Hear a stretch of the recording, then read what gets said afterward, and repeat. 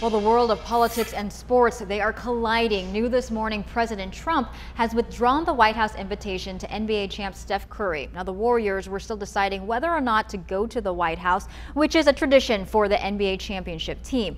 This morning, the president tweeted this, saying going to the White House is considered a great honor for a championship team. Curry is hesitating, therefore invitation is withdrawn. Now, it's still unclear if it's withdrawn specifically to him or the entire team.